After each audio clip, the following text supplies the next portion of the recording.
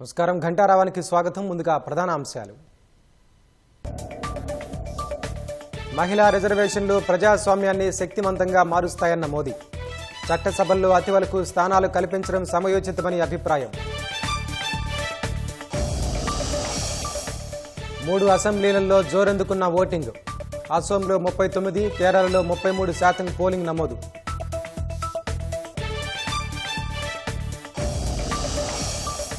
హైదరాబాద్లో 2 చోట్ల అగ్ని ప్రమాదాలు.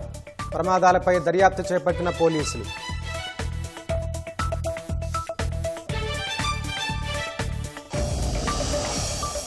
హర్మూజ్ జలసంధి ప్రత్యామ్నాయానికి మ్యాప్ విడుదల చేసిన ఐఆర్జీసీ. సీ మైన్స్ నుంచి తప్పించుకుని సురక్షితంగా వెళ్లాలని సూచన.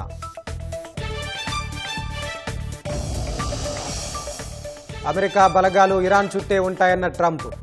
ఒప్పందం కుదరకపోతే దాడులతో విరుచుకుపడతామని హెచ్చరిక.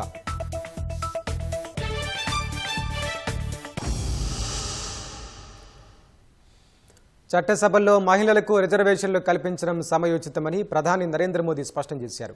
ఈ రిజర్వేషన్లను తీసుకురావడంలో ఏదైనా జాప్యం జరిగితే అది తీవ్ర దురదృష్టకరమన్నారు. ఈ మేరకు ఆయన ఎక్స్లో ఒక పోస్టు చేశారు. ఇది మన ప్రజాస్వామ్యాన్ని మరింత శక్తివంతంగా, భాగస్వామ్యయుతంగా మారుస్తుందని ప్రధాని తెలిపారు. మహిళల రిజర్వేషన్ చట్టానికి సవరణ బిల్లు ముసాయిదాను కేంద్ర మంత్రివర్గం గురువారం ఆమోదించిన నేపథ్యంలో ప్రధాని ఈ వ్యాఖ్యలు చేశారు. ఈ సవరణ బిల్లు ద్వారా 2029 లోక్సభ ఎన్నికల్లో మహిళలకు 33% రిజర్వేషన్లు దక్కుతాయి. నారీ శక్తి వందన్ అధినియంపై రాసిన వ్యాసంలో దేశ నిర్మాణంలో మహిళల సహకారాన్ని ప్రధాని కొనియాడారు. ప్రస్తుత కాలంలో ప్రతి రంగంలోనూ మహిళలు విజయాలు సాధిస్తున్నారని ఆయన అభినందించారు. మన దేశానికి మహిళలు అందిస్తున్న సహకారం వెలకట్టలేనిదని పేర్కొన్నారు. చట్టసభల్లో మహిళా రిజర్వేషన్ల కోసం గత ప్రభుత్వాలు చేసిన ప్రయత్నాలు ఫలించలేదని మోదీ చెప్పారు. నారీ శక్తి వందన్ అధినియం బిల్లు పార్లమెంటు ఆమోదం పొందడం తన జీవితంలో అత్యంత ప్రత్యేకమైన సందర్భాల్లో ఒకటిగా భావిస్తున్నానని చెప్పారు. నారీ శక్తి వందన్ అధినియం బిల్లులో సవరణల కోసం ఏప్రిల్ 16న పార్లమెంటు ప్రత్యేకంగా సమావేశం కానుంది. హర్మూజ్ జలసంధిలో తాము అమర్చిన సీ మైన్స్ నుంచి నౌకలు తప్పించుకునేందుకు ఇరాన్ సైన్యం Islamic revolutionary guard corps IRGC ఒక మ్యాప్ను రూపొందించింది. హర్మూజ్ జలసంధి గుండా ప్రయాణించాలనుకునే నౌకలు ప్రత్యామ్నాయ మార్గాలను సూచిస్తూ ఇరాన్ అధికారిక మీడియా ఈ మ్యాప్ను విడుదల చేసింది. ఒమన్ సముద్రం నుంచి వచ్చే నౌకలు లారక్ ద్వీపానికి ఉత్తరం వైపు నుంచి ప్రయాణించి పర్షియన్ గల్ఫ్ వైపు కొనసాగాలని ఆ మ్యాప్ సూచిస్తోంది. అవతల వైపు నుంచి వచ్చే నౌకలు పర్షియన్ గల్ఫ్ నుంచి బయటకొచ్చి లారక్ ద్వీపానికి దక్షిణం వైపుగా ప్రయాణిస్తూ ఒమన్ సముద్రం వైపు వెళ్లాలని సూచించింది. రెవల్యూషనరీ గార్డుకు అత్యంత సన్నిహితంగా ఉండే తస్నిమ్ వార్తా సంస్థ, ఐఎస్ఎన్ఏ వార్తా సంస్థ ఈ మ్యాప్ను ప్రచురించాయి. మ్యాప్లో ఒక పెద్ద వృత్తం గీసి పర్షియన్ భాషలో ప్రమాదకర ప్రాంతం అని పేర్కొన్నారు. సరిగ్గా ఆ వృత్తంలోనే రెవల్యూషనరీ గార్డ్ సీ మైన్స్ను అమర్చినట్లు తెలుస్తోంది. ఇరాన్తో కాల్పుల విరమణ ఒప్పందంలో లెబనాన్ లేదన్న ఇజ్రాయిల్ ఆ దేశంపై నిర్దయగా విరుచుకుపడుతోంది. బుధవారం ఎటువంటి హెచ్చరికలు చేయకుండానే మధ్య బీరుట్లోని రద్దీగా ఉండే వాణిజ్య నివాస ప్రాంతాలపై ఇజ్రాయెల్ దాడులు చేసింది. ఈ దాడుల్లో అనేక భవనాలు కుప్పకూలగా గురువారం రాత్రంతా అక్కడ సహాయక చర్యలు కొనసాగుతూనే ఉన్నాయి. ఈ దాడుల్లో 182 మంది మరణించారని, వందలాది మంది గాయపడ్డారని లెబనాన్ తెలిపింది. గురువారం ఉదయం నుంచి సహాయ చర్యలను మరింత ముమ్మరం చేశారు. లెబనాన్ రాజధానిలోని వివిధ ప్రాంతాల్లో శిథిలాల కింద ప్రాణాలతో ఉన్నవారి కోసం, మృతదేహాల కోసం గాలిస్తున్నారు. ఈ దాడుల్లో ఎక్కువగా అమాయక ప్రజలే ప్రాణాలు కోల్పోయారని స్థానికులు ఆవేదన వ్యక్తం చేశారు. హెజ్బుల్లా పేరుతో చిన్నారులు, మహిళల ప్రాణాలను ఇజ్రాయెల్ సైన్యం బలి తీసుకుందని ఆరోపించారు. కేవలం 10 నిమిషాల వ్యవధిలో బీరూట్, దక్షిణ లెబనాన్, తూర్పు బెక్కా వ్యాలీలోని 100కు పైగా హెజ్బుల్లా లక్ష్యాలపై దాడులు చేసినట్లు ఇజ్రాయెల్ ప్రకటించింది. ఇవాళ కూడా దక్షిణ లెబనాన్పై దాడులు కొనసాగిస్తోంది. పశ్చిమాసియా యుద్ధంలో నాటో మిత్రదేశాలు సహకరించలేదని అమెరికా అధ్యక్షుడు డొనాల్డ్ ట్రంప్ మరోసారి విమర్శలు చేశారు. మనకు అవసరమైనప్పుడు నాటో అక్కడ లేదన్నారు. భవిష్యత్తులో అవసరమైనప్పుడు కూడా ఉండదన్నారు. ఈ మేరకు ట్రూత్ సోషల్లో పోస్టు చేసిన ట్రంప్ గ్రీన్లాండ్పై మరోసారి తన ఆసక్తిని బయటపెట్టారు. గ్రీన్లాండ్ను గుర్తుంచుకోండి, అది సరిగ్గా నిర్వహించని ఒక పెద్ద మంచుగడ్డ అని ట్రంప్ పోస్టు చేశారు. రాష్ట్రంలో ఎండలు తీవ్ర రూపం దాల్చాయి. ఉదయం 8 గంటల నుంచే భానుడి భగభగలు మొదలవుతున్నాయి. రాష్ట్ర వ్యాప్తంగా 2 నుంచి 3 డిగ్రీలు పెరుగుతాయని ఇప్పటికే వాతావరణ శాఖ హెచ్చరించింది. ఇవాళ ఉమ్మడి ఖమ్మం, మహబూబ్ నగర్ జిల్లాలకు ఆరెంజ్ అలర్ట్ జారీ చేసింది. దీనికి సంబంధించిన మరిన్ని వివరాలు మా ప్రతినిధి జ్యోతికిరణ్ అక్కడి నుంచి ప్రత్యక్ష ప్రసారం ద్వారా అందిస్తారు.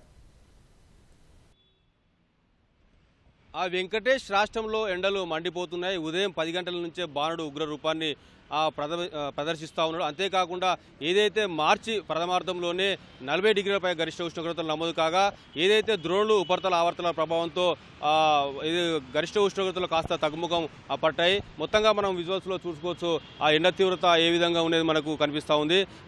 మార్చి ప్రథమార్థంలో 40 డిగ్రీలపై గరిష్ట ఉష్ణోగ్రత నమోదైనప్పుడు భారీ స్థాయిలో ఉష్ణోగ్రతలు నమోదయ్యే అవకాశం ఉంది. ఎందుకంటే అత్యధిక వర్షాలు, చలి తీవ్రత ఉంది కాబట్టి ఈ ఏడాది కూడా ఎండ తీవ్రత అధికంగా ఉందని చెప్పి వాతావరణ శాఖ అధికారులు కూడా అంచనా వేశారు. అందుకు తగ్గట్టుగానే మార్చి ప్రథమార్థంలో 40 డిగ్రీలపై గరిష్ట ఉష్ణోగ్రతలు నమోదయ్యాయి. అయితే ఉపరితల ఆవర్తనాల్లో ద్రోణుల ప్రభావంతో గత 15 రోజులుగా గరిష్ట ఉష్ణోగ్రతలు తగ్గుతూ వస్తూ వచ్చాయి. అయితే ఇవాళ నుంచి గరిష్ట ఉష్ణోగ్రతలు పెరుగుతాయని చెప్పి వాతావరణ శాఖ ప్రకటించి 2 నుంచి 4 డిగ్రీల మేర గరిష్ట ఉష్ణోగ్రతలు పెరిగే అవకాశం ఉందని, ప్రజలు అప్రమత్తంగా ఉండాలని చెప్పి కూడా వాతావరణ శాఖ హెచ్చరిస్తుంది. ఈ రోజు ఏదైతే ఉమ్మడి మహబూబ్నగర్తో పాటు ఖమ్మం జిల్లాలకు ఆరెంజ్ హెచ్చరికలను జారీ చేసింది. మిగతా అన్ని జిల్లాలకు కూడా ఎల్లో హెచ్చరికలను జారీ చేసింది. ఆరెంజ్ హెచ్చరికలు జారీ చేసిన జిల్లాల్లో 41 నుంచి 44 డిగ్రీల మేర గరిష్ట ఉష్ణోగ్రతలు, ఎల్లో ఆరెంజ్ జారీ చేసిన జిల్లాల్లో 36 నుంచి 40 డిగ్రీల మేర గరిష్ట ఉష్ణోగ్రతలు నమోదే అవకాశం ఉందని కూడా తెలిపింది. రేపటి నుంచి మరింత గరిష్ట ఉష్ణోగ్రత పెరిగే అవకాశం, జిల్లాల సంఖ్య కూడా పెరిగే అవకాశం అని చెప్పి కూడా చెప్తుంది. ఉమ్మడి ఆదిలాబాద్తో పాటు ఉమ్మడి ఖమ్మం, ఉమ్మడి మహబూబ్నగర్ జిల్లాల్లో రేపు ఎల్లుండి గరిష్ట ఉష్ణోగ్రతలు అధికంగా నమోదవుతాయి కాబట్టి ఆ జిల్లాలకు ఆరెంజ్ చేసింది. మిగతా అన్ని జిల్లాలు కూడా ఎల్లో హెచ్చరికలను జారీ చేసింది. అంతేకాకుండా 12వ తేదీన రాష్ట్ర వ్యాప్తంగా అనేక జిల్లాల్లో గరిష్ట ఉష్ణోగ్రతలు భారీ స్థాయిలో పెరిగే అవకాశం ఉన్నందున ఉమ్మడి ఆదిలాబాద్, ఉమ్మడి ఖమ్మం, ఉమ్మడి కరీంనగర్, ఉమ్మడి మహబూబ్నగర్తో పాటు నిజామాబాద్, జయశంకర్, భూపాలపల్లి, ములుగు జిల్లాలకు ఆరెంజ్ హెచ్చరికలను జారీ చేసింది. మిగతా అన్ని జిల్లాల్లో కూడా ఎల్లో హెచ్చరికలను జారీ చేసింది. ఏదైతే ఆరెంజ్ హెచ్చరికలు జారీ చేసిన జిల్లాలో ఆరెంజ్ హెచ్చరికలు జారీ చేసిన జిల్లాలో 41 నుంచి 44 డిగ్రీల మేర గరిష్ట ఉష్ణోగ్రతలు నమోదే అవకాశం ఉందని ప్రజలు అప్రమత్తంగా ఉండాలని చెప్పి కూడా వాతావరణ శాఖ హెచ్చరిస్తుంది. ఏదైతే ఉదయం 10 గంటల నుంచి సాయంత్రం 4 గంటల వరకు కూడా ఎండ తీవ్రత అధికంగా ఉంటుందని కూడా చెప్తున్నారు. ఏదైతే ఇప్పటివరకు జారీ చేసిన హెచ్చరికలు ఏవైతే ఉన్నాయో ఇవి మాడ్యూల్స్ ప్రకారం మారుతున్న సమయంలో, ఉష్ణోగ్రతలు పెరుగుతున్న సమయంలో మరీ హెచ్చరికలు మారే అవకాశం ఉంది. కొన్ని సందర్భాల్లో ఆరెంజ్ రెడ్గా మారే అవకాశం ఉన్నందున అప్పుడు 45 డిగ్రీల మేర గరిష్ట ఉష్ణోగ్రతలు నమోదవుతే వడగాల్పులు వీచే అవకాశం ఉన్నందున అప్పుడు వడగాల్పుల అలర్ట్ కూడా జారీ చేస్తామని చెప్పి ఇప్పటికే వాతావరణ శాఖ చెప్పిన పరిస్థితి. ఉదయం 10 గంటల నుంచి సాయంత్రం 4 గంటల వరకు ఎండ తీవ్రత అధికంగా ఉంటుంది కాబట్టి వృద్ధులు, చిన్నపిల్లల పైన దీని ప్రభావం అధికంగా ఉంటుంది కాబట్టి వీళ్ళని నీడపట్టునే ఉంచాలని, అత్యవసర సమయంలో మాత్రం అయితే మాత్రం గొడుగు చేతపట్టుకొని తీసుకెళ్లాలని చెప్పి కూడా సూచిస్తూ ఉన్నారు. ముఖ్యంగా ఈ ఎండ తీవ్రత నుంచి ఉపశమనం పొందేందుకు ప్రజలు ఎప్పటికప్పుడు బయటికి వెళ్ళినప్పుడు గొడుగుతో పాటు ముదురు రంగు వస్తువులతో పాటు నిమ్మరసాన్ని వెంట తీసుకుని నిమ్మరసం సేవించడంతో పాటు గ్లూకోజ్ పౌడర్ నీళ్ళని తాగడంతో పాటు మజ్జిగను సేవించాలని చెప్పి కూడా అటు వాతావరణ శాఖ అధికారులు, వైద్య నిపుణులు కూడా సూచిస్తూ ఉన్నారు. మొత్తంగా ఎండల తీవ్రత అధికంగా ఉన్నందున అటు ప్రజలు అప్రమత్తంగా ఉండాలని చెప్పి కూడా పలు శాఖల అధికారులు కూడా ఇప్పటికే హెచ్చరిస్తూ ఉన్నారు.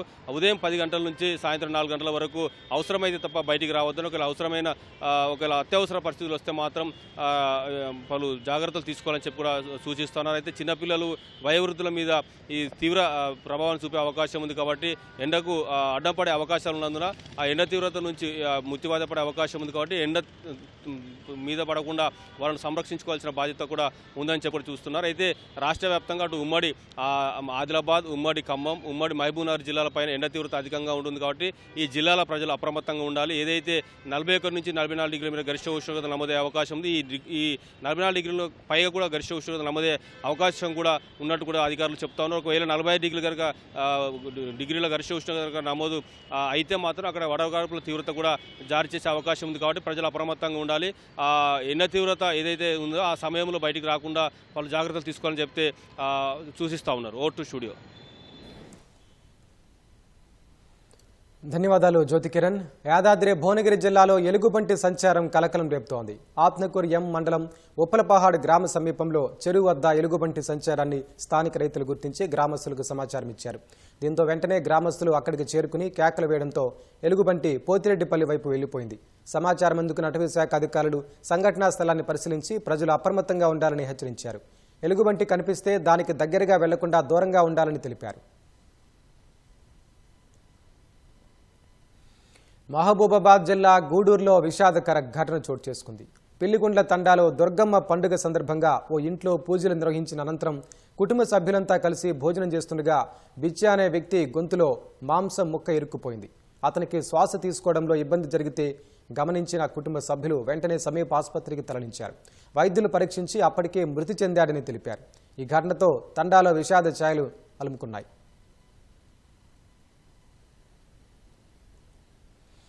హైదరాబాద్ జీడిమెట్ల పారిశ్రామిక వాడలోని రామ్రెడ్డి నగర్లో అగ్ని ప్రమాదం చోటు చేసుకుంది. పారిశ్రామిక వాడలోని సాల్వెంట్స్ డ్రమ్స్ గోదాంలో ప్రమాదవశాత్తు మంటలు చెలరేగాయి.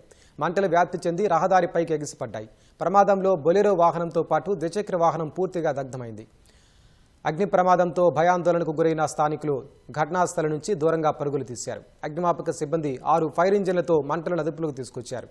ప్రమాదంపై విచారణ చేస్తున్నామని పోలీసులు తెలిపారు. డిపార్ట్మెంట్ లో కలిసి పక్కకి స్ప్రెడ్ కాకుండా ఇమ్మీడియట్లీ ఆపడం జరిగింది. ఇక్కడ కెమికల్స్ స్టోరేజ్ ఉందని చెప్పి చెప్తున్నారు. అదంతా మేము వెరిఫై చేస్తాము. ఆథరైజ్డా అన్ఆథరైజ్డా అనేది అంతా వెరిఫై చేసిన తర్వాత తగు చర్య తీసుకుంటాం. రెగ్యులర్ చెకింగ్ చేస్తున్నాము. ఇండస్ట్రియల్ ఏరియా కాబట్టి ఒకటి, రెండవది ఎండ వల్ల కూడా ఈ కెమికల్స్ అంటుకోవడం జరుగుతుందని చెప్తున్నారు. ఇండస్ట్రియల్ ఏరియా చాలా గోడౌన్లు, చాలా ఫ్యాక్టరీలు ఉన్నాయి. హ్యూమన్ ఎర్రర్ కూడా ఉంటుంది. అన్ని మేము వెరిఫై చేస్తాం. హైదరాబాద్ దుండిగల్ పిఎస్ పరిధిలోని బహదూర్పల్లిలో భారీ అగ్ని ప్రమాదం జరిగింది. డెకరేషన్ సామగ్రి గోదాంలో ప్రమాదవశాత్తు ఒక్కసారిగా మంటలు చెలరేగాయి. మంటల వ్యాప్తికి గోదాం పక్కనే పార్కింగ్ చేసిన కారు పూర్తిగా దగ్ధం కాగా సమీపంలో ఇంట్లోకి మంటలు వ్యాపించాయి. కాలనీలో అలుముకున్న దట్టమైన పొగతో స్థానికులు భయాందోళనకు గురయ్యారు. సమాచారం అందుకున్న అగ్నిమాపక సిబ్బంది ఘటనాస్థలికి చేరుకుని మంటలను అదుపు చేశారు.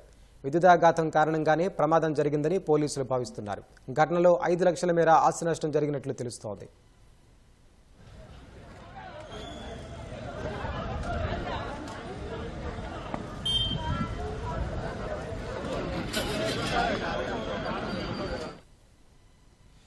పెద్దపల్లి జిల్లా రామగుండం పారిశ్రామిక ప్రాంతాల్లో రేషన్ డీలర్ల చేతివాటంతో వినియోగదారులు నష్టపోతున్నారని స్థానికులు వాపోతున్నారు. కిలోల కొద్ది బియ్యం తక్కువగా వస్తున్నాయని సదరు డీలర్ల వద్ద వినియోగదారులు లబోదిబ్బోమంటున్నారు. గోదావరికని జవహర్ నగర్లోని ఓ రేషన్ షాప్ వద్ద తూకంలో 72 కిలోల బియ్యం తీసుకున్న ఓ వ్యక్తి బయటికెళ్లే తూకం వేస్తే 68 కిలోలు మాత్రమే రావడంతో డీలర్తో వాగ్వాదానికి దిగారు. ఇదేంటని అడగ్గా కంప్యూటర్ జంపింగ్ అంటూ డీలర్ నిర్లక్ష్యంగా సమాధానం ఇచ్చారు. సంబంధిత శాఖాధికారులు పర్యవేక్షణ లేక బియ్యాన్ని అధిక రేట్లతో డీలర్లు విక్రయిస్తున్నారని స్థానికులు అంటున్నారు. పౌర సరఫరాల శాఖ అధికారులు చర్యలు తీసుకోవాలని వినియోగదారులు కోరుతున్నారు. మరి ఎన్ని కిలోలు నష్టపోతున్నారు?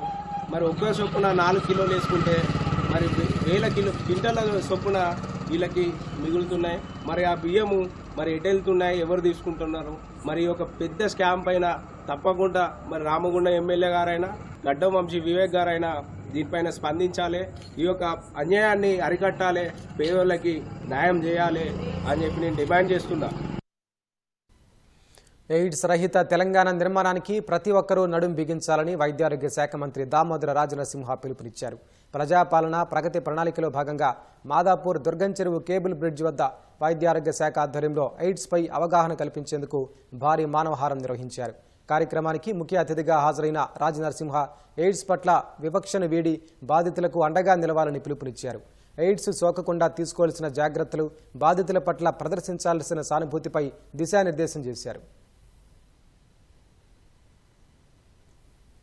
సమాజంలో ఎయిడ్స్ పైన ఒక అవగాహన కలగాలి. ప్రజలకు, యువకులకు ఎయిడ్స్ అంటే ఏంటి, HIV అంటే ఏంటి, ఎయిడ్స్ అంటే ఏంటి, ఏ రకంగా జాగ్రత్తలు తీసుకోవాలి, ప్రెగ్నెన్సీలో ఖచ్చితంగా టెస్టులు ఉంటాయి, తర్వాత యంగ్స్టర్స్ ఖచ్చితంగా టెస్టులు చేసుకోవాలి, కంటామినేటెడ్ నీడిల్స్ వాడకూడదు, ఇలా కొన్ని జాగ్రత్తలు తీసుకొని ఓవరాల్ గా ఒక అవేర్నెస్ ప్రోగ్రామ్ అనేది సమాజంలో కల్పించాలి, కలగాలి. ఆ బాధ్యత ప్రభుత్వాన్ని కూడా కనుక అందులో భాగమే ఈ కార్యక్రమం. మంచిర్యాల జిల్లా మందమర్రి మార్కెట్లో సిఐటియు ఆధ్వర్యంలో సుమారు 200 మంది సింగరేణి ప్రైవేట్ సెక్యూరిటీ గార్డులు భిక్షాటన చేసి నిరసన వ్యక్తం చేశారు. ప్రతి దుకాణం వద్దకెళ్తూ తమ ఆవేదనను వివరిస్తూ సింగరేణి అధికారుల నిర్లక్ష్యం వల్ల గుత్తేదారుల ఎంపికలో జాప్యం జరుగుతోందని కార్మికులు చెబుతున్నారు. విధులు కేటాయించకపోవడం వలన నెల రోజులుగా వేతనాలు అందక ఆర్థిక ఇబ్బందులతో కుటుంబాలు రోడ్డుపై పడుతున్నాయని ఇప్పటికైనా అధికారులను త్వరగా స్పందించి గుత్తేదారులను ఎంపిక చేసి వాళ్లను విధుల్లోకి తిరిగి తీసుకోవాలని డిమాండ్ చేశారు. సెక్యూరిటీ గార్డులు గత 12 సంవత్సరాల నుండి వాళ్ళ సర్వాన్ని కోల్పోయి కూడా పనులు చేసే పరిస్థితి ఉన్నా కూడా ఈ రోజు మేనేజ్మెంట్ అదేది గుర్తించకుండా రోడ్డు పాలన చేయడం అనేది చాలా దుర్మార్గం. 220 కుటుంబాలను ఈ రోజు అధికారుల నిర్లక్ష్యం మూలంగా రోడ్డున పడడం జరిగింది. ఆ తొలగించిన కార్మికులను కొత్త టెండర్ పిలిచి విధిలోకి తీసుకోవాలని గత 3 రోజుల నుండి పోరాటం చేయడం జరుగుతుంది. దీనిపైన ఇప్పటికైనా అధికారులు స్పందించాలని సిఐటిగా మేము కోరుకుంటున్నాం. ఎస్ఎన్పిసి విభాగంలో ప్రైవేట్ సెక్యూరిటీగా గత 12 సంవత్సరాలుగా అంటే 2015 నుండి ఇప్పటి వరకు మేము విధులు కొనసాగిస్తున్నాము. 213 కుటుంబాలు ఈ రోజు రోడ్డు పాలన చేయడం జరిగింది. వీధి వీధికి షాప్ కి తిరిగి మా గోడు విన్నపించుకొని పై అధికారులకు తెలియడం కోసం ఈ రోజు మేము ఇంత దుర్బుద్ధి మా పరిస్థితి అయింది, మా కుటుంబాలు రోడ్డు మీద పడ్డాయని ప్రజలకు తెలియచేసి వాళ్ళ మద్దతు మాకు కావాలి. పై సింగర్ అధికారులకు మమ్మల్ని తొందర విధాల డ్యూటీకి తీసుకోవాలి. ఆరుగాలం రెక్కలు మొక్కలు చేసుకున్న అన్నదాతలకు వరి గోసలు తప్పడం లేదు. రాష్ట్ర వ్యాప్తంగా వేసవిలో అడుగంటుతోన్న భూగర్భ జలాలు అన్నదాతలకు తీవ్ర నష్టాన్ని మిగిల్చుతున్నాయి. హనుమకొండ జిల్లా భీమదేవరపల్లి, ఎలకతుర్తి మండలాల్లో 100 ఎకరాల్లో వరి పంటకు సాగునీరు అందక ఎండిపోతున్నాయి. ఖరీఫ్లో కొండపోత వానలకు పంటలు వర్షార్పణం కాగా రబీలో సాగునీరు అందక పశువులకు మేతగా మారుతున్నాయి. భీమదేవరపల్లి మండలంలోని మాణిక్యపూర్, రత్నగిరి గ్రామాల్లో నేల నెర్రులు పారింది. ఏటా ఇలాంటి పరిస్థితులే నెలకొంటున్నాయని కర్షకులు కన్నీరు పెడుతున్నారు. గౌరవెల్లి ప్రాజెక్టు కాలువ నిర్మాణం పూర్తయితే తమ పంటలకు నీరందుతుందని ఆశాభావం వ్యక్తం చేస్తున్నారు. నేను 5 ఎకరాల పొలం నాటేసినాను. 5 ఎకరాల పొలంలో నీరుడు వచ్చిందని 7 వేస్తే ఎండల వలంగా పొలం అంతా ఎండిపోయి బాయిలర్ల నీళ్ళక పొట్ట సమయంలో వరి ఎండిపోయి మొత్తం ఘోరంగా ఎండిపోయింది. మేము పెట్టుబడి పెట్టినాం. ఈ పెట్టుబడి కూడా ఇల్లు తట్టే విధానం లేకుంటుండడు మాకు చాలా దుఃఖకరంగా ఉన్నది. ఈ దుఃఖకరం చూసుకుంటూ ఈ పశువులన్నా బతుకుతాయని పశువుల మేపుతున్నాం. మాకు చాలా దుఃఖకరం ఉన్నది. మీ అప్పులు గట్ట ఏడాలి, మీ తెచ్చిన కాడ ఏడాది కావాలన్నా బాధపడుతున్నాం. మాకు గౌరెల్ కాలువ మంజూరు అయి తొందరగా వచ్చేది ఉంటే మేము కొంత బాగుపడతాం, కొంత అప్పులన్నా తీర్చుకుంటామన్న ఉద్దేశంతో మీ ప్రభుత్వాన్ని కోరుతున్నాం. నేను 3 ఎకరాలు మాణిక్యపూర్లో కౌలు తీసుకున్నా.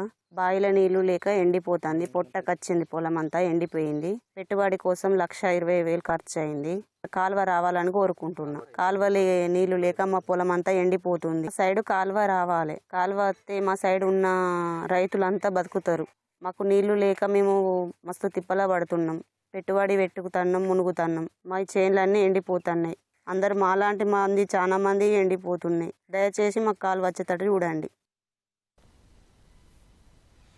అన్నం పెట్టే రైతుల పరిస్థితి దయనీయంగా మారింది. నాటేసిన దగ్గర నుంచి పంట కోతకొచ్చేదాకా అన్నదాత పడుతున్న గోస వర్ణనాతీతం. సాగునీరు లేక పొలాలు బీటలు వారుతున్నాయి. పెట్టిన పెట్టుబడి రాదనే ఆందోళన రైతుల్లో నెలకొంది. నల్గొండ జిల్లా మునుగోడు నియోజకవర్గంలో ఎలాంటి ప్రాజెక్టులు, కాల్వలు లేవు. ఈ ప్రాంతంలో పంటల సాగుకు వాన నీరే ఆధారం. గతేడాది కురిసిన వర్షాలకు భూగర్భ జలాలు పెరిగి బోర్లు పోస్తుండటంతో రైతులు యాసంగిలో వరి పంటల్ని అధికంగా సాగు చేశారు. నాటేసిన తర్వాత నెల రోజుల వరకు బోర్లు పోశాయి. నీళ్ల రాక క్రమంగా తగ్గుముఖం పడుతుండటంతో కొందరు రైతులు అప్పులు చేసి బోర్లు వేశారు. చుక్క నీరు పడకపోవడంతో పులిపల్పుల, కల్వలపల్లి గ్రామాల్లో పొట్టకొచ్చిన పంటను పశువులు, గేదెలు, గొర్రెల మేతకు అమ్మేసే పరిస్థితి నెలకొంది.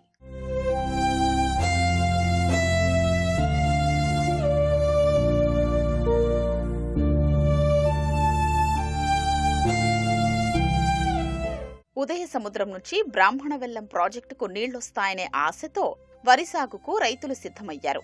అనుకున్న విధంగా నీళ్లు రాకపోవడం, అధిక ఉష్ణోగ్రతల కారణంగా పొలాలన్నీ బీటలు వారాయి.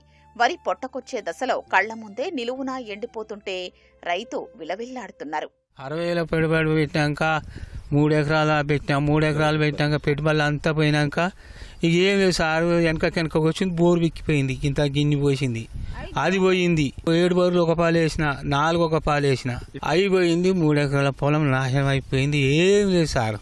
60,000-70,000 పెట్టుబడి పెట్టినాం. 3 ఎకరాలు ఎండిపోయింది. 5 బోర్లు వేసినాం, నిరుడు 5 వేసినాం. ఇదంతా ఎండిపోయింది. ఏ మేలు తెచ్చినా కానీ ఇక అలా వచ్చి 4,000 3,000 ఇయ్యా వెళ్ళిపోను. కాలువ దేశం, అది దేశం, ఇది దేశం అంటారు. ఏ దేశం లేదు సార్. ఇక మరి ఎట్లా కావాలా ఇది ఎండిపోయిన దానికి ఏమన్నా ఇస్తారా మరి ఎక్కడ చావాలా పంటను కాపాడుకునేందుకు కొత్తగా బోర్లు వేసినా ప్రయోజనం లేకుండా పోయిందని కర్షకులు వాపోతున్నారు. మేము 5 ఎకరాలు నాటు పెట్టినాము. వర్షేను అప్పుడు బాగా బోర్లు పోసినాయి. మధ్యలో రాగానే వర్షేను బోర్లు ఎండిపోయినాయి సార్. ఎండిపోతే ఇట్లా ఇంత మంచిగా అయింది వర్షేను ఎట్లా ఎండిపోయిందంటే పుస్తకాలు తీసుకుపోయి బోర్ వేసింది సార్. బోర్లు తెచ్చేసినా మా ఫలితం లేదు. 2 బోర్లు పడలేసారు.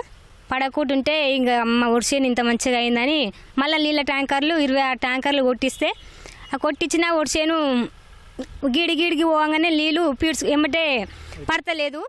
అది మళ్ళీ తెల్లారి పోసే వరకు ఈ గాలికి ఎండకు ఉంటలేదు సారు. ఇంకా వద్దులే అనగానే అది గొర్రెలకు ఎడ్లకు ఇచ్చినాం సార్. నీళ్ళు ఇచ్చి పెడుతున్నాను మేము ఆశ మీద పెట్టినాం. పెడితే మొత్తం ఏమి లేకుండా సాధిమి ఎకరానికి 40,000 పెట్టుబడి పెడితే కూడా చేతికి రాకుండా ఎండిపోయినాయి మొత్తానికి. దానికి ఆశపడే మేము బాధపడితే ఎక్కడికి కూడా అందుబాటులో లేకుండా అయిపోయింది. భూగర్భ జలాలు అడుగంటడంతో పంటను కాపాడుకునేందుకు రైతులు ఒక్కో ట్యాంకర్ 1,000 రూపాయల చొప్పున చెల్లించి పంటకు నీటిని అందించారు. అయినా ఫలితం లేకుండా పోయిందని పొట్టదశకొచ్చేసరికి పొలం ఎండిపోవడంతో కన్నీళ్లే మిగిలాయని రైతులు ఆవేదన వ్యక్తం చేస్తున్నారు. ఏం లేదు గడ్డి అన్న పసలం వేపుకుందామంటే ఇంత పెరిగితే జర లోతు పెరిగితే పసల కన్నా ఎక్కరొచ్చు. ఆ లోతు కూడా పెరగలేదు. నాటు పెట్టగానే కొంతమంది పోయినాయి.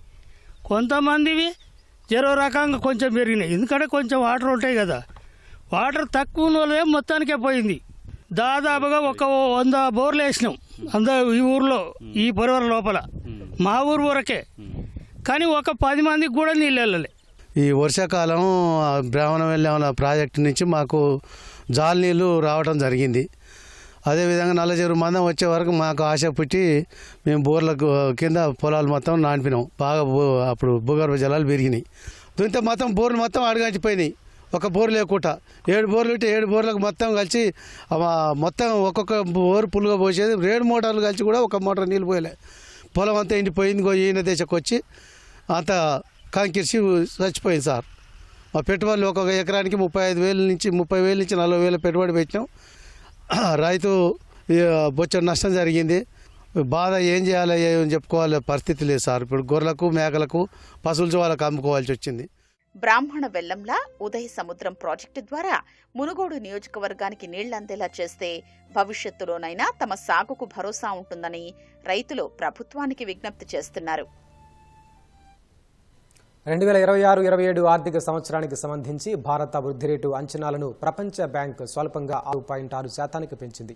జీఎస్టీ రేట్ల తగ్గింపు వల్ల ఆర్థిక సంవత్సరం ప్రారంభంలో వినియోగదారుల డిమాండ్ పెరిగినప్పటికీ మధ్యప్రాచ్య సంక్షోభం వృద్ధిని దెబ్బతీసే అవకాశం ఉందని తెలిపింది.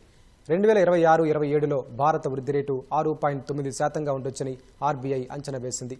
Organisation of economic cooperation development OECD మాత్రం 6.1% ఉంటుందని తెలిపింది. ప్రముఖ రేటింగ్ సంస్థ మూడీస్ 6% వృద్ధిని భారత్ నమోదు చేసే అవకాశం ఉందని పేర్కొంది. బలమైన దేశీయ డిమాండ్ ఎగుమతుల కారణంగా భారత వృద్ధి రేటు 2024-25లో 7.1%, 2025-26లో 7.6% పెరిగినట్లు ప్రపంచ బ్యాంకు తెలిపింది.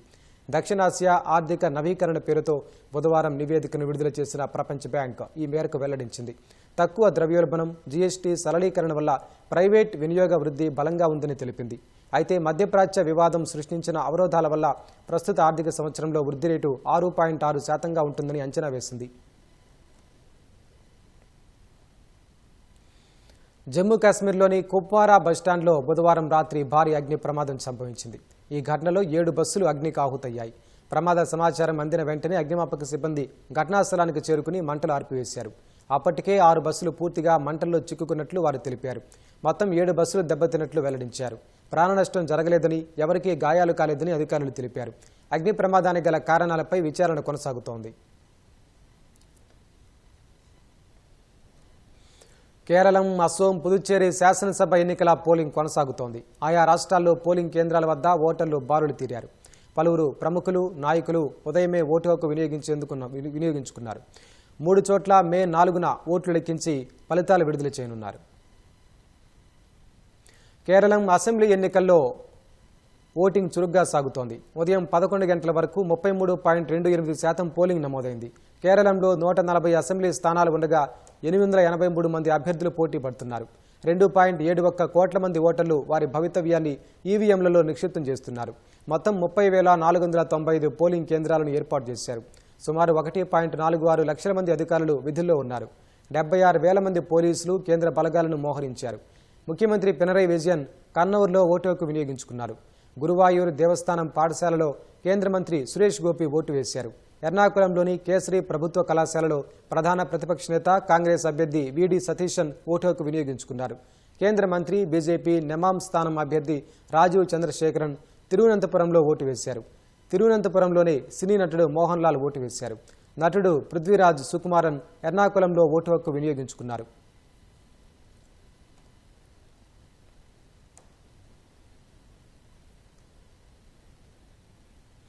అసోం అసెంబ్లీ ఎన్నికల్లో ఓటరు చైతన్యం వెల్లివిరుస్తోంది. ఉదయం 11 గంటల వరకు 38.92% పోలింగ్ నమోదైంది. అసోంలోని 126 నియోజకవర్గాల్లో 722 మంది అభ్యర్థులు బరిలో ఉన్నారు. వారిలో 59 మంది మహిళలు కూడా తమ అదృష్టాన్ని పరీక్షించుకుంటున్నారు. 31,490 పోలింగ్ స్టేషన్లలో 2.5 కోట్ల మంది ఓటర్లు తమ ఓటు హక్కును వినియోగించుకోనున్నారు. 16,000 మంది సిబ్బంది ఎన్నికల విధుల్లో ఉన్నారు. అసోం పోలీసులతో పాటు కేంద్ర సాయుధ బలగాలను భారీగా మోహరించినట్లు ఎన్నికల సంఘం తెలిపింది. కాంగ్రెస్ నేత గౌరవ్ గొగోయ్ తదితర ప్రముఖులు ఓటు హక్కు వినియోగించుకున్నారు.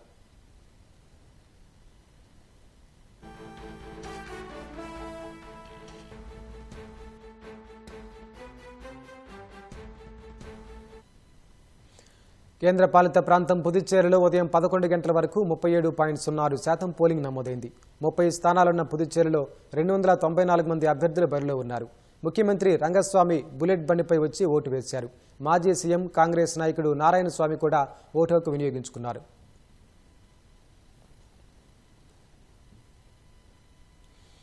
జిహాదీ కార్యకలాపాల్లో మహిళలను భాగస్వాములు చేసేందుకు ఖవాతీన్ పేరిట ప్రత్యేక విభాగం. సామాజిక మాధ్యమాల ద్వారా మహిళల్ని ఉచ్చులోకి లాగే ప్రయత్నం. ఇన్ఛార్జిగా హైదరాబాద్ యువతి సైదా బేగం. విజయవాడ ఉగ్రలింకుల కేసులో బయటపడిన కొత్త కోణాలివి. యువతను జిహాదీ వైపు మళ్లించడంలో 6 విదేశీ హ్యాండ్లర్లు పాత్ర ఉన్నట్లు ఆంధ్రప్రదేశ్ కౌంటర్ ఇంటెలిజెన్స్ సెల్ గుర్తించింది. విజయవాడ ఉగ్రమూలాల కేసు దర్యాప్తులో సంచలన విషయాలు వెలుగులోకొస్తున్నాయి. జిహాదీ కార్యకలాపాల్లో మహిళల్ని భాగస్వాముల్ని చేసేందుకు విదేశీ హ్యాండ్లర్లు మహిళలతో ఖవాతీన్ పేరిట ఏకంగా ప్రత్యేక విభాగాన్ని ఏర్పాటు చేసుకున్నట్లు అధికారులు గుర్తించారు. సామాజిక మాధ్యమాల ద్వారా మహిళల్ని ఈ ఉచ్చులోకి లాగేవారని నిర్ధారించారు. ఈ కేసులో పట్టుబడిన హైదరాబాద్కు చెందిన సైదా బేగం ఖవాతీన్ బాధ్యతలు చూసేవారని గుర్తించారు. ఆమెకు పాకిస్తాన్, జమ్మూ కశ్మీర్లోని జిహాదీలతో సంబంధాలు ఉన్నాయని రాష్ట్ర కౌంటర్ ఇంటెలిజెన్స్ సెల్ దర్యాప్తులో తేలింది. భారత్లో ఇస్లామిక్ రాజ్య స్థాపనే లక్ష్యంగా యువతను జిహాద్ వైపు మళ్లించిన వారిలో అల్ హకీం షుకూర్ కాకుండా మరో 5 విదేశీ హ్యాండ్లర్లు ఉన్నట్లు గుర్తించారు.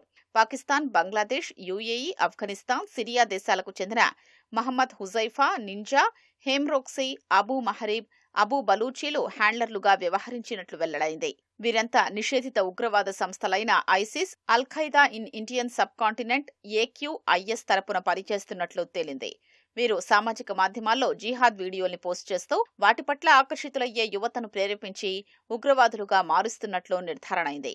ఈ క్రమంలోనే విజయవాడకు చెందిన మహమ్మద్ రహమతుల్లా షరీఫ్ సహా మిగతా నిందితులంతా కలిసి 40కి పైగా ఇన్స్టాగ్రామ్ ఖాతాల ద్వారా పాకిస్తాన్, ఆఫ్ఘనిస్తాన్, సిరియాల్లోని విదేశీ హ్యాండ్లర్లతో నిత్యం సంప్రదింపులు కొనసాగిస్తున్నట్లు వెలుగు చూసింది. జిహాద్ కోసం యువతను పంపించడం, హిజ్రాత్, జిహాద్ ద్వారా భారత్లో ఇస్లామిక్ రాజ్యం ఏర్పాటు, ఖిలాఫత్ కోసం విదేశీ హ్యాండ్లర్లతో కలిసి నిందితులు పనిచేస్తున్నట్లు తేలింది. అందులో భాగంగా బెనెక్స్ కామ్ పేరిట ఇన్స్టాగ్రామ్, టెలిగ్రామ్లో గ్రూపులు ఏర్పాటు చేసి వాటిలో ఉగ్రవాద శిక్షణపై తరచూ చర్చించుకునేవారని గుర్తించారు. ఆ గ్రూపులో సభ్యులుగా ఉన్న వారితో సహా మరికొందరిని ఉగ్రవాద శిక్షణలో చేరారని విదేశీ హ్యాండ్లర్లు ప్రేరేపించినట్లు గుర్తించారు. విదేశాల్లోని మదర్సాల్లో ఇప్పటికే కొంతమంది యువకులు జిహాదీ శిక్షణ పొందుతున్నారంటూ ఆ వీడియోల్ని గ్రూపుల్లో పోస్ట్ చేసేవారని తేలింది. బ్లాక్ పౌడర్, ఐఈడీల తయారీకి సంబంధించిన వీడియోలు, ఫార్ములా డాక్యుమెంట్లు, వాటితో పేలుళ్లు, విధ్వంసం ఎలా సృష్టించాలి అనే అంశాలపై పాకిస్తాన్ హ్యాండ్లర్లు ఈ గ్రూపుల్లో ఎప్పటికప్పుడు పోస్ట్ చేసినట్లు తేలింది. వీటితో పాటు ఆయుధాల వినియోగం, స్నిఫర్ రైఫిల్స్ వాడకం తదితర అంశాలపై ఈ గ్రూప్లోనే శిక్షణ అందించేవారని గుర్తించారు. ఈ గ్రూప్లోని మరికొందరు సభ్యులు భారత్ త్వరలో ఇస్లామిక్ రాజ్యంగా మారబోతోందంటూ సామాజిక మాధ్యమాల్లో విస్తృత ప్రచారం చేసేవారని తేలింది. బైక్లపై ఇస్లామిక్ స్టేట్ జెండాలు కట్టుకుని తిరిగినట్లు గుర్తించారు.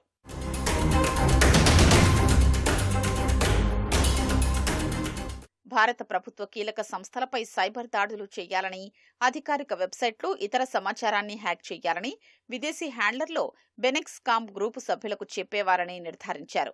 సైబర్ దాడులు ఎలా చేయాలో శిక్షణ ఇచ్చేవారని, డబ్బులు పంపించేవారని గుర్తించారు. అవి ఎవరి ద్వారా ఎలా చేరాయి అనే దానిపై ఇప్పుడు కౌంటర్ ఇంటెలిజెన్స్ సెల్ దర్యాప్తు చేస్తోంది. విజయవాడ ఉగ్రమూలాల కేసు విస్తృతి, తీవ్రత దృష్ట్యా దీన్ని జాతీయ దర్యాప్తు సంస్థ ఎన్ఐఏకు అప్పగించాలని నిర్ణయించారు. కేసును ఆ సంస్థకు 2-3 రోజుల్లో బదలాయించనున్నారు. కర్ణాటకలోని చిక్మంగళూరు జిల్లా కొండల్లో ట్రెక్కింగ్కు వెళ్లిన కేరళలోని పాలక్కాడుకు చెందిన బాలిక అదృశ్యమైంది. చంద్రద్రోణ పర్వత శ్రేణిలోని మాణిక్యధార జలపాతం వద్ద ఈ ఘటన చోటు చేసుకుంది. కుటుంబ సభ్యులతో కలిసి విహారయాత్రకు వచ్చిన 10వ తరగతి విద్యార్థిని 15 ఏళ్ల కుమారి శ్రీనంద మంగళవారం సాయంత్రం నుంచి కనిపించకుండా పోయింది. దాదాపు 40 మంది బంధువులతో కలిసి వీరు కేరళ నుంచి ఇక్కడికి విహారయాత్రకు వచ్చారు. సాయంత్రం 5:30 గంటల ప్రాంతంలో కుటుంబ సభ్యులు ఫోటోలు తీసుకుంటున్న సమయంలో ఆ బాలిక కనిపించకుండా పోయింది. కుటుంబ సభ్యులు రాత్రి 8 గంటల వరకు ఆ ప్రాంతమంతా స్వయంగా గాలించారు. ఎంత వెతికినా ఆచూకీ లభించనందున పోలీసులకు సమాచారం అందించారు. వెంటనే అప్రమత్తమైన కర్ణాటక పోలీసులు, ఎస్డీఆర్ఎఫ్ బృందాలు గాలింపు చర్యలు చేపట్టాయి. కనుచూపు మేరలో దట్టమైన అటవీ ప్రాంతం, కొండలు ఉండటంతో బాలిక ఆచూకీ కనిపెట్టేందుకు అధికారులు థర్మల్ డ్రోన్లను ఉపయోగిస్తున్నారు. ఈ ఉదయం విపత్తు నిర్వహణ బృందాలు కూడా ఈ ఆపరేషన్లో భాగమయ్యాయి. ప్రస్తుతం ఆ ప్రాంతంలో గాలింపు చర్యలు ముమ్మరంగా కొనసాగుతున్నాయి. ప్రజా సమస్యల పరిష్కార వేదికగా ఉండే ప్రజావాణిలో ఓ అంధ విద్యార్థి సాక్షాత్తు కలెక్టర్ను చెల్లింపజేసింది. చిన్నారి ధైర్యాన్ని మెచ్చుకున్న జిల్లా పాలనాధికారి ఆ చిన్నారి కోసమే కాదు, జిల్లాలోని దివ్యాంగుల భవిష్యత్తును పునాదిగా నిలిచేలా కీలక నిర్ణయం తీసుకున్నారు. ఇంతకీ విద్యార్థి కలెక్టర్ను అడిగిందేమిటి, ఆ కలెక్టర్ ఏం చేశారో తెలుసుకుందాం. ఓ అంధ బాలిక చేసిన విజ్ఞప్తి ఖమ్మం జిల్లా కలెక్టర్ అనుదీప్ దురిశెట్టిని కదిలించేలా చేసింది. ఓ రోజు ప్రజావాణిలో భాగంగా తనకు చదువుకోవాలని ఉందని, ఉన్నత విద్య అభ్యసించి తాను కలెక్టర్ అవుతానని ఓ అంధ బాలిక అన్న మాటలు కలెక్టర్ హృదయానికి తాకాయి. కలెక్టర్ అనుదీప్ వెంటనే అధికారులతో ప్రత్యేక సమీక్షా సమావేశం నిర్వహించారు. ఈ క్రమంలో ఖమ్మంలోనే 21 మంది అంధపిల్లలు ఉన్నట్లు గుర్తించారు. వీరిలో చాలా మంది చదువుకు దూరంగా ఉన్నట్లు అధికారులు కలెక్టర్ దృష్టికి తీసుకొచ్చారు. ఈ సమస్యకు శాశ్వత పరిష్కారంగా అంధుల కోసం ప్రత్యేక పాఠశాల నిర్మించాలని కలెక్టర్ అనుదీప్ దురిశెట్టి అధికారులను ఆదేశించారు. జిల్లా పాలనాధికారి నిర్దేశంతో కార్యాచరణ ప్రారంభించిన యంత్రాంగం తరగతి గదుల నిర్మాణం, మౌలిక వస్తుల కోసం 18 లక్షలు కేటాయించింది. సకల హంగులతో ప్రత్యేక పాఠశాలను అందుబాటులోకి తెచ్చింది. కలెక్టర్ చొరవతో తాము విద్యా నైపుణ్యాలు నేర్చుకోగలుగుతున్నామని విద్యార్థులు హర్షం వ్యక్తం చేస్తున్నారు.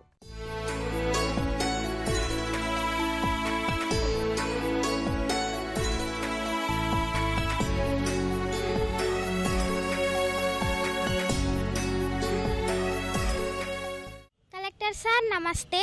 I am Bhavani. I am studying in 2nd class. మీరు మా అందరి కోసం ZP సెంటర్లో బ్లైండ్ స్కూల్ కట్టించినందుకు చాలా ధన్యవాదాలు సార్. మా అమ్మ నాన్న మేమందరం చాలా సంతోషంగా ఉన్నాం సార్. మేమందరం ప్రతిరోజు బడికి వచ్చి బాగా చదువుకొని మీ పేరు నిలబెడతాం సార్. Thank you sir. మా కొరకు ఈ బ్రైలీ స్కూల్ పెట్టించినందుకు కలెక్టర్ గారికి హార్ట్ఫుల్లీ థ్యాంక్స్ చెప్తున్నాం. మేము ఎంతో సంతోషంగా చదువుతుంటాం. ఇంకా ఫెసిలిటీస్ అందించిన కలెక్టర్ గారికి థ్యాంక్స్.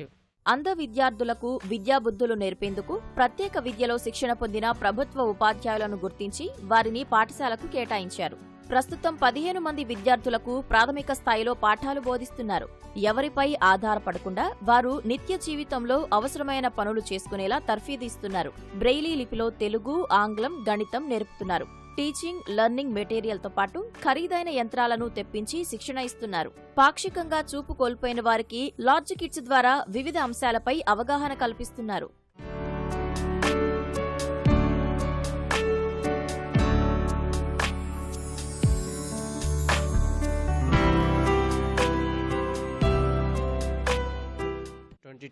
DSCలో స్పెషల్ డిఎస్సిలో 17th ర్యాంక్ కొట్టి టీచర్గా అపాయింట్ చేశాను. మేము పిల్లలకి బ్రైలీ కానీ, ఇంగ్లీష్ కాంట్రాక్షన్స్ కానీ, టైలర్ ఫ్రేమ్ కానీ, అబాకస్ కానీ, ఓరియంటేషన్ మొబిలిటీ అంటే వైట్ కేన్తో నడవటం కానీ, ఇలాగే రకరకాలుగా పిల్లలకి నేర్పించే అవకాశం వచ్చిన చాలా సంతోషంగా ఉంది. ఖమ్మంలోనే ఫస్ట్ టైం గవర్నమెంట్ స్కూల్లో పెట్టినందుకు కలెక్టర్ గారి ప్రత్యేక ధన్యవాదాలు. స్పెషల్ ఎడ్యుకేటర్గా పనిచేస్తున్నాను. బ్లైండ్ పిల్లల కోసం స్పెషల్ కోర్స్ చేసి ఇక్కడ వచ్చాను. వాళ్ళకి అవసరమైన టీఎల్ఎం మనం స్పెషల్గా తెప్పించి వారి కోసం ఏర్పాటు చేశాం. Chess, snakes and ladders, ludos, tactile materials, embossed games, tactiles అన్నీ తీసుకొచ్చి పెట్టాము.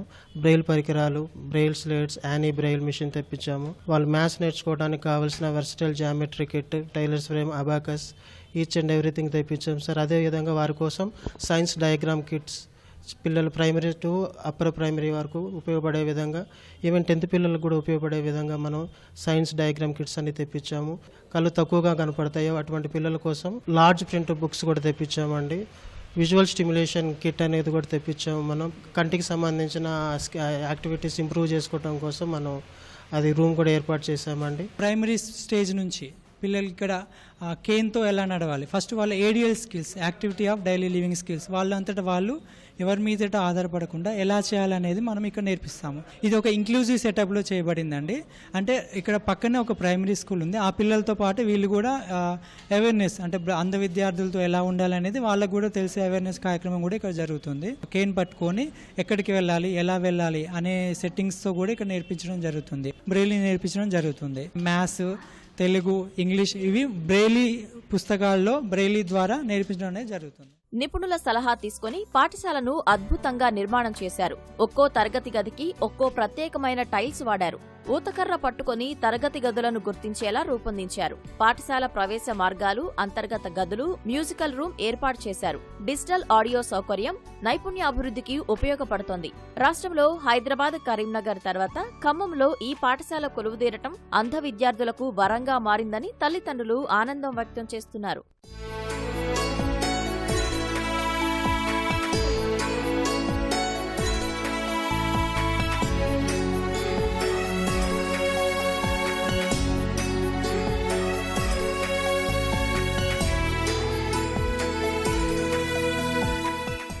అలానే ప్రజా సమస్యల పట్ల అవగాహన ఉన్నటువంటి ఖమ్మం జిల్లా కలెక్టర్ అండ్ మేజిస్ట్రేట్ గారు అంధ విద్యార్థుల కొరకు ప్రత్యేకించి ఖమ్మం జిల్లాలో ఒక ప్రత్యేక పాఠశాలను ఏర్పాటు చేయడం జరిగింది. దానికి అనుగుణంగా ఖమ్మం నడిబొడ్డున ఉన్నటువంటి నిజాంపేట ప్రభుత్వ పాఠశాలలో ఉన్నటువంటి అదనపు తరగతి గదులను రెనోవేషన్, అంధ పాఠశాల ప్రత్యేక విద్యార్థుల కొరకు రూపొందించడం జరిగింది.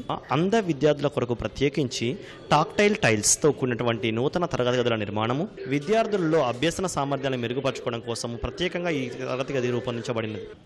రాబోయే విద్యా సంవత్సరం జూన్లో మరింత మంది విద్యార్థులు చేరడానికి అవకాశం కల్పించేలా ఉంది. ఉన్నత విద్యా వనరులను అంధ విద్యార్థులకు అందించాలనే ఉద్దేశంతో ఈ పాఠశాల నిర్మాణం చేసింది. ఈ క్లాస్ రూమ్స్లలో టైల్స్ క్లాడింగ్ ఒకటి, ఫ్లోరింగ్ ఏమో ప్లాస్టిక్ మ్యాట్స్ వాడాము, డిఫరెంట్ కలర్స్. డోర్స్, విండోస్ అన్నీ కూడా కొత్తగా పెట్టడం జరిగింది. ఒక 3 రూమ్లు సపరేట్గా రెనోవేట్ చేసి సెన్సరీ రూము, తర్వాత క్లాస్ రూము, తర్వాత ప్లే గ్రౌండ్ కూడా అందంగా చిత్రీకరించడం జరిగింది. యానీ అనే ఒక మిషన్ కూడా తెప్పించాము. అదొకటి 95,000 కాస్ట్ చేస్తుంది. అలాంటి 5 మిషన్లు తెచ్చాము. ఎట్ ఏ టైం 5 పిల్లలు దాని మీద నేర్చుకోవడం జరుగుతుంది. కళ్లు లేవనే న్యూనతా భావాన్ని పారదోలేలా వారి అభ్యాసన సామర్థ్యాలను పెంపొందించేందుకు ప్రత్యేక పాఠశాల ఏర్పాటు చేయడంపై సర్వత్రా హర్షం వ్యక్తమవుతోంది.